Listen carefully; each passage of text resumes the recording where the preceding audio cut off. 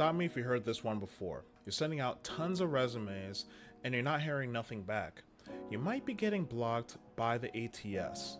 As someone who's worked in talent acquisition and recruitment and also laid off myself, I know exactly how frustrating it feels to be stuck. But I got hired in 80 days using my knowledge in my career and these strategies I teach on my YouTube channel and my course, The Ultimate Job Hunting Guide. And today I'm showing exactly what it is, how it works, and how to get your resume through the system. So let's break this down like a game, level by level. So basically, ATS stands for Applicant Tracking System. In gamers terms, it's like a matchmaking system in a ranked lobby. The ATS is deciding whether you make it into the game or you get left out in the queue. Think of it like an electronic filing cabinet or a digital gatekeeper that scans and ranks and often filter out resumes based on how well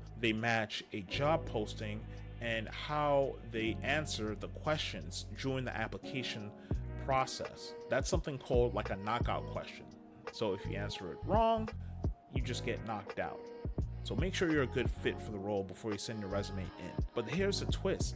It doesn't read your resume like a person. It paraphrases, it scans, it filters. It follows the rules like an NPC following strict combat patterns in a game. In my recruiting career, I've used ATS systems like ADP. It's more corporate, clunky, but it's the industry standard. I also use Workable. It's very clean and is great for startups. Next is my personal favorite, Jazz HR. It's super configurable, loved by many hiring managers, and it's good for reporting as well. And also it's cost effective as well. Now, these days, I'm using Paylocity, mostly for HR-driven teams with heavy compliance workflows, but it's getting up there on my ATS list. Each system has its own quirks, but the one constant among them is that if your resume wasn't customized, it was game over before it even got to the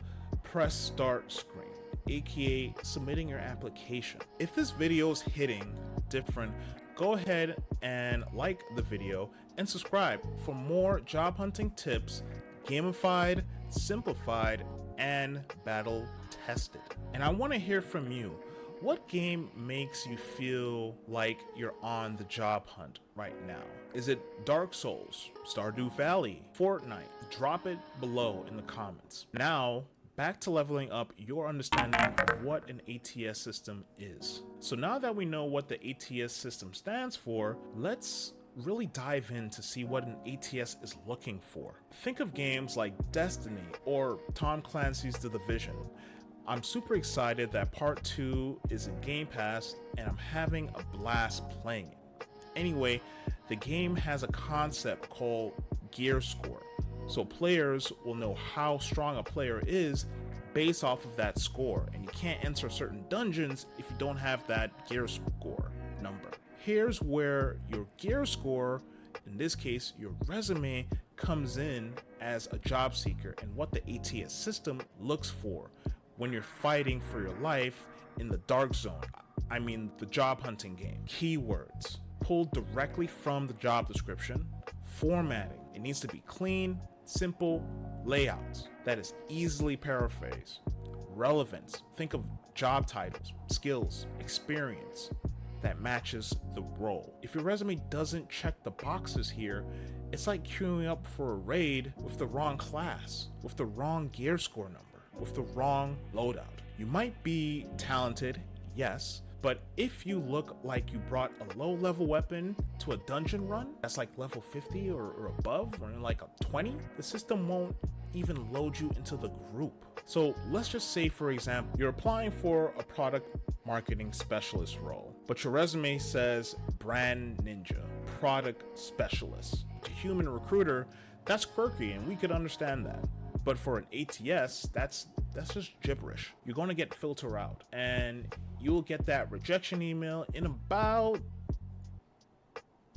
instantaneous. So stick to traditional role names and what the job market is asking for when you're filling out your resume. So here's some formatting traps to definitely avoid when it comes to submitting your resume.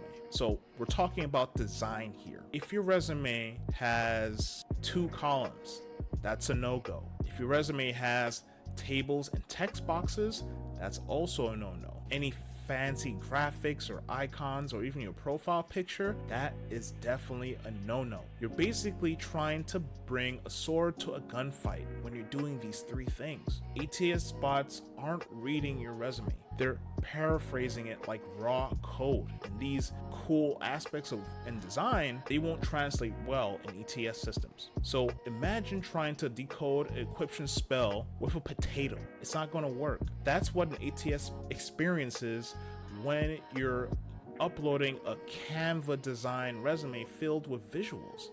So here's the things you need to stick to when you're submitting your resume. 1 column loadout, just 1 column. Standard fonts that's easy to read like Kabari, Times New Roman, no Comic Sans. I know he's funny from Undertale, but it doesn't work here. Clear sections and headers like experience, education, skills. After reviewing over 9,000 resumes in my 10+ years in HR, this tip is solid. But the next one, it's game breaking. But it's simple. Resume keywords are everything. When playing a Pokemon game online, or if you want to throw down and play some card games on motorcycles in Yu-Gi-Oh, you wouldn't go into a battle without having a solid understanding of how different Pokemon's attacks are or weaknesses are, or how a Yu-Gi-Oh deck works from the inside out, and know their combos and weaknesses first, right? That job description you see online,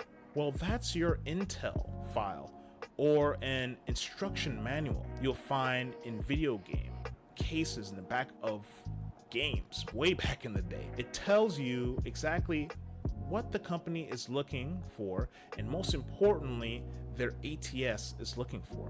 It's like a quest description with exact item requirements needed in order to play it. If one of the requirements says experience in SEO optimization and Google Analytics reporting, then somewhere in your resume must say these 2 keywords that you pulled from this sentence. SEO optimization, Google Analytics reporting. This is what the company is looking for. Don't just say search marketing unless the job description calls for it. You need to line up the language like a stealth rogue mimicking enemy movement. Here's a cheat code for you. Use platforms like Hunter to analyze how well your resume matches a job description. It'll show you which keywords you're missing, like scanning for boss mechanics before entering the dungeon. You can check it out below in the description. It also has a lot of other tools as well to help you with your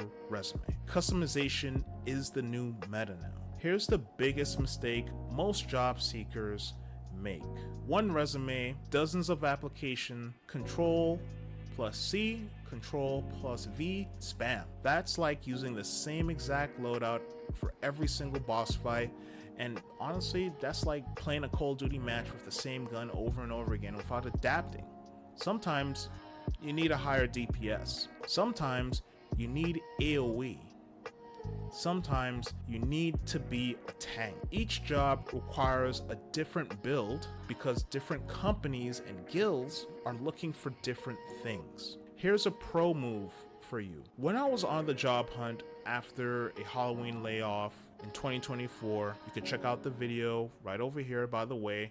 I created a base resume, your default loadout character sheet. Then from that base resume, I created other resumes that matches different jobs, and I customized them every single time. I adjusted my summary, my skill section, and my experience bullet points to match exactly what each job is looking for. To match each role I apply to, and yes, I also use Hunter for this as well.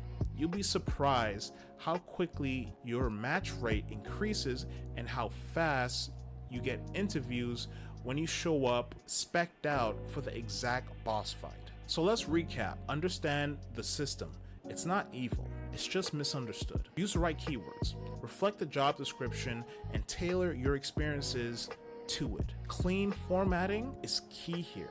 No tables, no columns, no cool designs, no fluff. Customize like a pro. Loadouts matter. Gamify your resume. Think skills, achievements, stats, metrics. And here's one last bonus tip for you. Use this mindset when you're submitting your resume.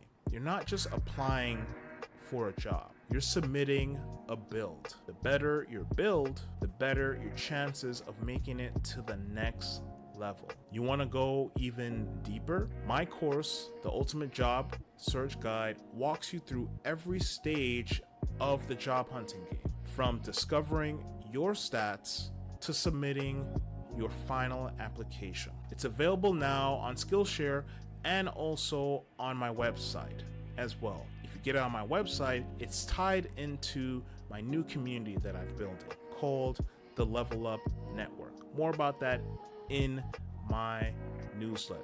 If you like these videos, you will love the course and the community that we're building there. Now that you know what an ATS system is and how it works, it's time to level up your understanding of other job searching strategies while exploring the job hunting open world game. So check out this playlist and place some quest markers and get exploring, job seeker. Keep moving forward on the job hunt. I'll see you in the next level.